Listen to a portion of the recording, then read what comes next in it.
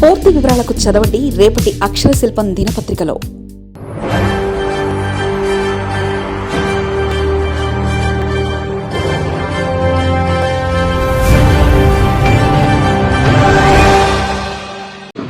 ఈ రాష్ట్రంలో ఉన్న యువతకి, ఈ రాష్ట్రంలో ఉన్న విద్యార్థి లోకానికి జరుగుతున్న అన్యాయాలపైన, అక్రమాలపైన మా నాయకుడు జగన్మోహన్ రెడ్డి గారి ఆదేశాల మేరకు ఈ రాష్ట్రంలోని నిరుద్యోగ యువతీ యువకుల్ని, ఈ రాష్ట్రంలోని విద్యార్థి లోకాన్ని సమైక్యం చేసి వారి పక్షాన ఈ రాష్ట్రంలో ఉన్న విద్యార్థుల భవిత కోసం, యువత హక్కుల కోసం వైఎస్ఆర్ కాంగ్రెస్ పార్టీ ముందుండి పోరాటం చేస్తుంది. అందులో భాగంగా ఏదైతే కూటమి ప్రభుత్వం అధికారంలోకి వచ్చిన తర్వాత విద్యాశాఖ మంత్రిగా లోకేష్ విద్యారంగంలో ఉన్న అన్ని వ్యవస్థల్ని కూడా అవినీతిమయం చేసి, అస్తవ్యస్తం చేసి, ఈరోజు చదువుకోవాలనుకునే తాపత్రయం ఉన్న విద్యార్థులు కానీ, వారి తల్లిదండ్రులు కానీ శోక సముద్రంలో మునిగే విధంగా ఈరోజు విద్యారంగాన్ని లోకేష్ తయారు చేయడం జరిగింది. ఎన్నికలకు ముందు తండ్రి కొడుకులు ఇద్దరు కూడా ఎన్నికల ప్రచార సభలో చంద్రబాబు నాయుడు గారు, యువగలంలో లోకేష్ ఇద్దరూ కూడా ప్రతి ఎన్నికల ప్రచార సభలోని కూడా 2019 నుంచి 2024 వరకు జగన్మోహన్ రెడ్డి గారు ముఖ్యమంత్రిగా ఉన్నప్పుడు స్వతంత్ర భారతదేశ చరిత్రలో గతంలో ఏ నాయకుడు కూడా కనీసం ఆలోచన కూడా చేయలేనటువంటి విధంగా విజ్ఞాన సముపార్జన ద్వారా మాత్రమే ఈ సమాజంలో సమానత్వాన్ని తీసుకురాగలుగుతాం, పేదరికాన్ని నిర్మూలించగలుగుతాం. విద్య ద్వారా మాత్రమే పేదవాడికి కానీ, వెనుకబడిన వర్గాల వారికి కానీ గౌరవ మర్యాదలు దక్కుతాయని విద్యారంగానికి పెద్ద పీట వేసి ఆ రోజు జగన్మోహన్ రెడ్డి గారు తీసుకొచ్చిన అమ్మఒడి కానీ, విద్యా కానుక కానీ, వసతి దీవెన కానీ, విద్యా దీవెన కానీ, ఫీజు రియంబర్స్మెంట్ కానీ, అన్నిటికంటే కూడా ముఖ్యంగా మనబడి నాడు నేడు కార్యక్రమం ద్వారా ప్రభుత్వ పాఠశాలని ఉన్న స్థితి నుంచి ఉన్న స్థితి నిదానంతో ఏ విధంగా అభివృద్ధి చేశారో ఆ రోజు మనందరం కూడా చూసాం. ఎన్నికలకు ముందు చంద్రబాబు నాయుడు కానీ, లోకేష్ కానీ, చంద్రబాబు నాయుడు గారి దత్తపుత్రుడు పవన్ కళ్యాణ్ కానీ చెప్పింది ఏంటి? వారి మేనిఫెస్టోలో ఆ నారా చంద్రబాబు నాయుడు అనే నేను, కొనిదెల పవన్ కళ్యాణ్ అనే మేము మా పార్టీ అధికారంలోకి వస్తే ఈ రాష్ట్రంలో ఉన్న 40 లక్షల మంది పైచీలకు నిరుద్యోగ యువతి యువకులకి నెలకి 3,000 రూపాయలు చెప్పని నిరుద్యోగ భృతి ఇస్తాం. వారికి ఉపాధి ఉద్యోగ అవకాశాలు కల్పించే వరకు కూడా ప్రతి నెల కూడా నిరుద్యోగ భృతి ఇస్తామని ఆ రోజు ప్రమాణం చేసి పెద్ద మనుషులు ప్రతిజ్ఞ చేయడం జరిగింది. నెలకి, సంవత్సరానికి 20 లక్షల ఉద్యోగాలు కల్పిస్తాం. సుమారు ప్రతి జిల్లాకి కూడా లక్షల ఉద్యోగాలు కల్పిస్తాం. నేను సంపద సృష్టిస్తాను, నేను పెద్ద ఎత్తున పెట్టుబడులు తీసుకొస్తాను అని ఆ రోజు యువతలో ఉన్న ఆశావాదాన్ని, ఈ రాష్ట్ర ప్రజల్లో ఉన్న ఆశావాదాన్ని అవకాశంగా తీసుకుని అబద్ధాలతో, అసాధ్యాలతో, మోసపూర్తి ప్రకటనలతో ఆ రోజు హామీలు ఇచ్చి ఎన్నికల్లో గెలిచిన తర్వాత ఈ రోజుకి 25 నెలలు కావస్తుంది ఈ కూటమి ప్రభుత్వం అధికారంలోకి వచ్చి. 25 నెలల కాలంలోని కూడా లోకేష్ కానీ, చంద్రబాబు నాయుడు గారు కానీ, పవన్ కళ్యాణ్ గారు కానీ నిరుద్యోగ గురించి కనీసం ప్రస్తావన కూడా చేసిన పాపాన పోలేదు. ప్రస్తావన చేయకపోగా ఈ రాష్ట్రంలో ఉన్న యువత వారికి ఇచ్చిన హామీలపైన, వారికి ఉన్న హక్కులపైన, ప్రజాస్వామ్యంలో కల్పించిన విధులపైన ఎవరైనా ప్రశ్నిస్తే వారిపైన అక్రమ కేసులు పెడతారు, దాడులు చేస్తారు, బెదిరిస్తారు. లేకపోతే మేము మీ మీద కేసులు పెడతాం, క్రిమినల్ కేసులు పెడతాం, నువ్వెందుకు పనికి రాకుండా పోతావని పోలీస్ అధికారుల చేత బెదిరించే ప్రయత్నం చేస్తారు. ఈ రాష్ట్రంలో ఉన్న విద్యార్థుల యొక్క తల్లిదండ్రులు ఎవరైనా సరే మీరు ఎంతమంది బిడ్డలు ఉంటే అంతమంది కూడా తల్లికి వందనం ఇస్తా అన్నారు. ఈరోజు తల్లికి వందనం ఎంతమంది ఉంటే అంతమంది ఇవ్వకపోగా అరకొరగా 8,000, 9,000 మొదటి సంవత్సరం ఇవ్వకపోగా మిగతా 2 సంవత్సరాలైనా అరకొరగా ఇచ్చే ప్రయత్నం చేస్తున్నారు. వాళ్ళు ఎవరైనా మాట్లాడితే మీ కరెంటు బిల్లు వచ్చింది, మీ ఇంట్లో టీవీ ఉంది, నీకు స్కూటర్ ఉంది, నీకు కారు ఉంది, మొత్తాన్ని పీకేస్తాం, నీ తెల్ల రేషన్ కార్డు కూడా తీసేస్తాం. ఇదే బెదిరింపులు, ఇదే అదిరింపులు. విద్యా కానుకకు సంబంధించి గతంలో జగన్మోహన్ రెడ్డి గారు ముఖ్యమంత్రిగా ఉన్నప్పుడు వేసవి సెలవులు పూర్తయ్యి స్కూళ్ళు తెరుస్తున్నారంటే ప్రతి పేదింటి పిల్లవాడు కూడా చాలా ఆనందంగా ఎప్పుడు స్కూలు తెరుస్తారు, ఎప్పుడు స్కూల్కి వెళ్దాం, ఎప్పుడు చక్కగా చదువుకుందాం అనే పరిస్థితులు మనం చూసాం.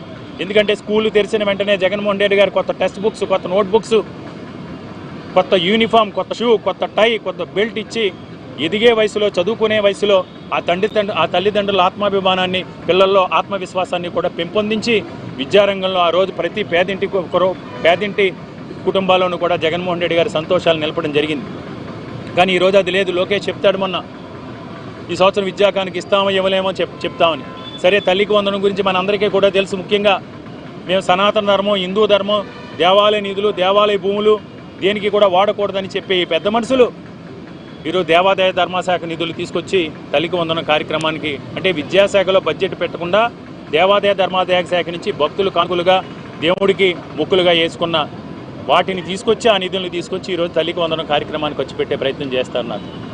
అన్నిటికంటే కూడా ముఖ్యంగా గతంలో జగన్మోహన్ రెడ్డి గారు ముఖ్యమంత్రిగా ఉన్నప్పుడు 2019 మే 30వ తారీఖున జగన్మోహన్ రెడ్డి గారు ముఖ్యమంత్రిగా ప్రమాణ స్వీకారం చేస్తే 5 నెలల కాలం తిరగకుండానే 2019 అక్టోబర్ 2వ తారీఖున మహాత్మా గాంధీ జయంతి నాడు గ్రామ స్వరాజ్యానికి నాంది పలికి, పరిపాలనా వికేంద్రీకరణకు నాంది పలికి 1,39,000 మంది పైచీలకు నిరుద్యోగ యువత యువకులకి ₹1 ఒక్క నయా పైసా కూడా లంచం లేకుండా, ఒక రికమెండేషన్ లేకుండా ఆ రోజు జగన్మోహన్ రెడ్డి గారు ప్రభుత్వ ఉద్యోగుల వారికి అవకాశాలు కల్పించడం జరిగింది.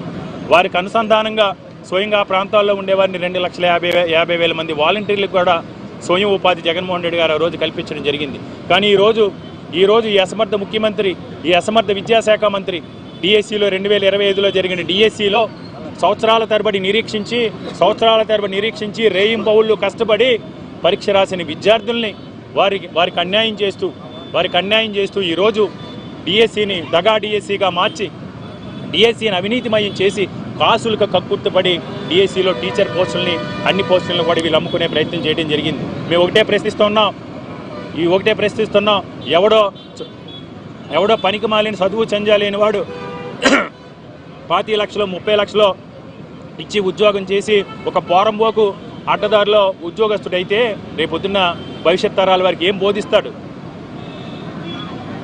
అంటే ఇలాగ అడ్డదారిలో లంచాలతో ఉద్యోగ కొనుక్కున్న చీడ పురుగుల్ని ఈ ప్రభుత్వ వ్యవస్థలోకి తీసుకొస్తే, విద్యా వ్యవస్థలోకి తీసుకొస్తే ఆ చీడ పురుగులు ఈ వ్యవస్థల్ని, విద్యార్థి లోకాన్ని కూడా రేపొద్దున పాడు చేసే పరిస్థితులు ఉన్నాయి. కాబట్టి ఇలాంటి చీడ పురుగుల్ని వేరువేయాలంటే తప్పకుండా ఈరోజు మనం పోరాడాల్సిన సందర్భం వచ్చింది. కాబట్టి అందుకనే వైఎస్ఆర్ కాంగ్రెస్ పార్టీ రాష్ట్రంలో ఉన్న విద్యార్థి లోకం తరఫున, యువత తరఫున జగన్మోహన్ రెడ్డి గారి ఆదేశాల మేరకు మేము పోరాటానికి సిద్ధమయ్యాం. గత 3 రోజులుగా ఏదైతే రిలే నిరాహార దీక్షలు చేశామో దీని యొక్క ముఖ్య ఉద్దేశం ఏంటంటే ఈ ప్రభుత్వం చేస్తున్న అన్యాయాలపైన, అక్రమాలపైన ప్రజల్ని చైతన్యపరచాలి. ఈ ప్రభుత్వం విద్యారంగంలో కానీ, డిఎస్సికి సంబంధించిన స్కామ్లో కానీ ఏ విధంగా స్కామ్లకు పాల్పడింది అనేది మొత్తం ప్రజానీకాన్ని అందరికీ కూడా తెలియజేయాలి. ఎందుకంటే వైఎస్ఆర్ కాంగ్రెస్ పార్టీకి ఉన్నది ఒకటే ఛానల్. ఈరోజు కూటమి పార్టీకి ఉన్నవి ఎల్లో మీడియా గురించి మనందరికీ కూడా తెలిసింది. అభూత కల్పనలు, అబద్ధాలు, అసత్యాలతో పత్రికా స్వేచ్ఛను కూడా ఈరోజు కాలరాస్తూ జర్నలిజం విలువలను కూడా పక్కన పెట్టి ఈరోజు అబద్ధాలు, అసత్యాలతో చంద్రబాబు నాయుడికి బాకా ఊతూ తప్పుడు ప్రచారాలు చేస్తూ ఉన్నారు. ఈ సందర్భంగా ఒకటే ప్రశ్నిస్తూ ఉన్నాం, ప్రజలందరినీ కూడా చైతన్యపరుస్తాం. తప్పకుండా రేపు ఈ ప్రభుత్వం దిగి వచ్చి డిఎస్సిలో జరిగిన అవినీతిపై, అక్రమాలపై సిబిఐ ఎంక్వైరీ చేయాలని మా ప్రధాన డిమాండ్. అదేవిధంగా సిబిఐ ఎంక్వైరీ నిష్పక్షపాతంగా, నిజాయితీగా జరగాలంటే ఈ రాష్ట్ర విద్యాశాఖ మంత్రి లోకేష్ తక్షణం రాజీనామా చేయాలని ఈ రాష్ట్రంలో ఉన్న యువత, విద్యార్థి లోకం కూడా డిమాండ్ చేస్తున్నారు. వారి తరపున మేము కూడా అదే డిమాండ్ చేస్తున్నాం. రేపు సోమవారం రాష్ట్ర వ్యాప్తంగా ప్రతి నియోజకవర్గంలోనూ కూడా ఎవరైతే 3 రోజుల పాటు మాకు సంఘీభావం తెలిపారో వాళ్ళందరితోనే కూడా కలిసి ఈ ప్రభుత్వం డిఎస్సిపై సిబిఐ ఎంక్వైరీ వేయాలి, సిట్టింగ్ జడ్జితో విచారణ జరపాలి, దానికి ముందుగా లోకేష్ రాజీనామా చేయాలి. అదేవిధంగా గత 25 నెలలుగా బకాయి పడ్డ నిరుద్యోగ యువత యువకులకి ఇస్తానన్న ₹3,000 నిరుద్యోగ భృతి నిధులను విడుదల చేయాలి, ఫీజు రియంబర్స్మెంట్ నిధులు విడుదల చేయాలి. అదేవిధంగా విద్యా కానుక పథకాన్ని కూడా ఎలాంటి తూట్లు పడకుండా అమలు చేయాలని డిమాండ్ చేస్తూ ఈరోజు మేము ఈ నిరసన కార్యక్రమాన్ని మేము చేపట్టడం జరిగింది. మీడియా మిత్రుల ద్వారా మళ్ళీ ప్రభుత్వాన్ని డిమాండ్ చేస్తున్నాం. ఇది మేము రాజకీయాలు చేస్తున్న కోసం కాదు, ఈ రాష్ట్రంలో ఉన్న విద్యార్థుల హక్కుల కోసం, యువత భవిత కోసం మేము ఈ పోరాటం చేస్తూ ఉన్నాం. వైఎస్ఆర్ కాంగ్రెస్ పార్టీ తరఫున ఈ రాష్ట్రంలోని విద్యార్థుల భవిత కోసం, యువత హక్కుల కోసం మేము ఎంతటి పోరాటానికైనా, ఎలాంటి త్యాగాలకైనా మేము సిద్ధంగా ఉన్నాం. మీరు ఎప్పటికైనా కదిలి వచ్చి మీ తప్పు తెలుసుకుని మీరు పశ్చాత్తాపడి ఈ రాష్ట్రంలోని నిరుద్యోగ యువతకి చేసిన అన్యాయాల్ని, అక్రమాలని ఇక్కడికి ఆపి ఎవరైతే డిఎస్సిలో అన్యాయానికి గురయ్యారో వారికి న్యాయం చేయాలని ఈ ప్రభుత్వం డిమాండ్ చేస్తున్నాం. లేదంటే ఇదే యువత, ఇదే విద్యార్థి లోకం ఆయుధాలుగా మారి మీ ప్రభుత్వాల్ని మీ పార్టీల్ని కూడా కుక్కటి వేళ్లతో సహా ప్రకలించే రోజులు ముందే ఉన్నాయని, దగ్గరలోనే ఉన్నాయని ప్రభుత్వాన్ని హెచ్చరిస్తూ ఉన్నాం.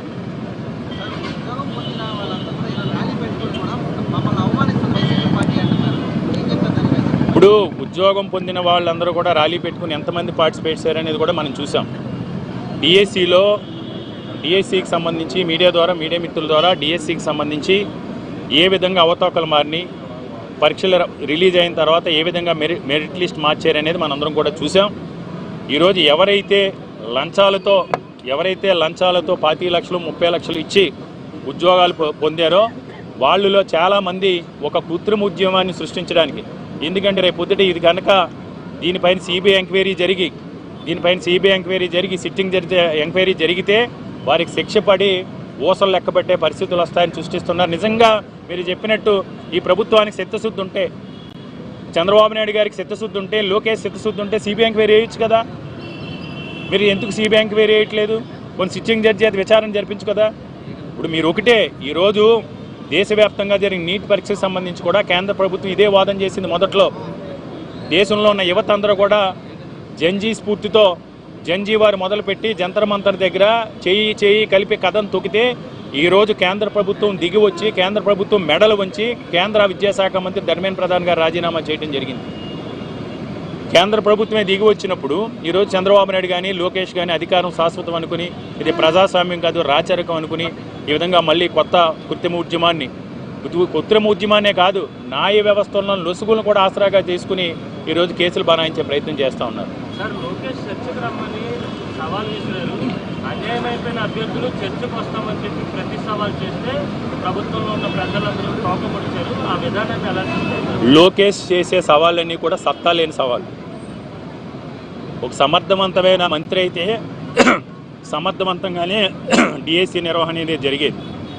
సత్తా లేని సవాల్ గురించి చేసి అబాస్ పాలవద్దని లోకేష్ గారికి మనవి చేసుకుంటాం. ఎందుకంటే మీరు చర్చకు వస్తే ఎక్కడైనా సరే 175 నియోజకవర్గాల్లో, ఆంధ్రప్రదేశ్ రాష్ట్రంలో ఉన్న 145 నియోజకవర్గాల్లోని కూడా డిఐసిలో మోసపోయిన అభ్యర్థులు కానీ ఫీజు రియంబర్స్మెంట్స్ రాక ఈరోజు ఆవేదన గురో మీ మాటలు నమ్మి, మీ మోసపూరిత హామీలు నమ్మి మీకు ఓట్లేసి మిమ్మల్ని గెలిపించిన యువత కూడా ఈరోజు మీతో చర్చకు సిద్ధంగా ఉన్నారు.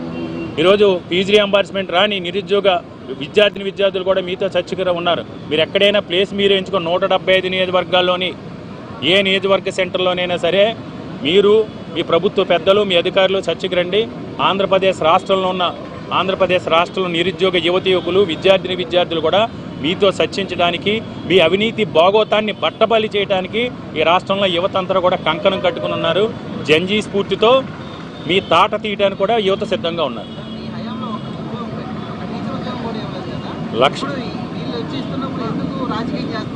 ఇది డిఎస్సికి సంబంధించింది ఎంతమంది? 15,000 నుంచి 16,000. జగన్మోహన్ రెడ్డి గారు ఇచ్చిన ఉద్యోగాలన్నీ 138,500. జగన్మోహన్ రెడ్డి గారు 5 నెలల కాలంలో 2019 మే 30వ తారీఖున జగన్మోహన్ రెడ్డి గారు ముఖ్యమంత్రిగా ప్రమాణ స్వీకారం చేస్తే 2019 అక్టోబర్ 2వ తారీఖు మహాత్మా గాంధీ జయంతి నాటికి 138,500 మందికి ప్రభుత్వ ఉద్యోగులుగా, పర్మనెంట్ జాబ్స్ ప్రభుత్వ ఉద్యోగులుగా ఇదే పద్ధతిలో పబ్లిక్ సర్వీస్ కమిషన్ ఎగ్జామినేషన్ ఏ విధంగా అయితే చేస్తారో అదే విధంగా పారదర్శకంగా కండక్ట్ చేసి ఒక నయా పైసా లంచం లేకుండా, ఒక రికమెండేషన్ లేకుండా చాలా పారదర్శకంగా మెరిట్నే, అర్హతనే ప్రమాణకంగా తీసుకున్న ఆ రోజు జగన్మోహన్ రెడ్డి గారు ఉద్యోగాలు కల్పించడం జరిగింది. ఈరోజు ఈ పెద్ద మనుషులు చెప్తున్నారే పెట్టుబడులు ప్రైవేట్ రంగంలో, ఇవన్నీ కూడా ఈరోజు ఏదైతే ఇక్కడ నిన్న కూడా చూసాం. ఈరోజు ఈనాడు పత్రికలో చూస్తే మీకు తెలుస్తుంది. ఈరోజు ఈనాడు పత్రికలు ఏం రాశారు? అదానీ డేటా సెంటర్ మొదటి విడతగా 30,000 కోట్ల రూపాయలు పెట్టుబడి పెట్టబోతా ఉన్నారు. దాని అంకురార్పణ చేసింది ఎవరు? ఆ ఒప్పందం చేసింది ఎవరు? ఆ రోజు the great YS Jaganmohan Reddy గారు.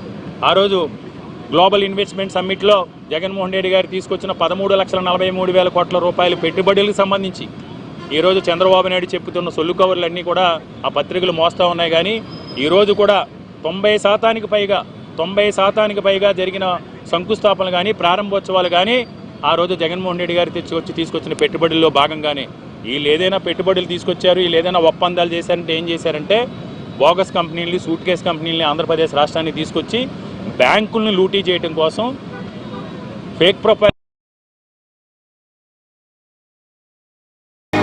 మరిన్ని కథనాల కోసం సబ్స్క్రైబ్ చేసుకోండి మీ అక్షర శిల్పం. పూర్తి వివరాలకు చదవండి రేపటి అక్షర శిల్పం దినపత్రికలో.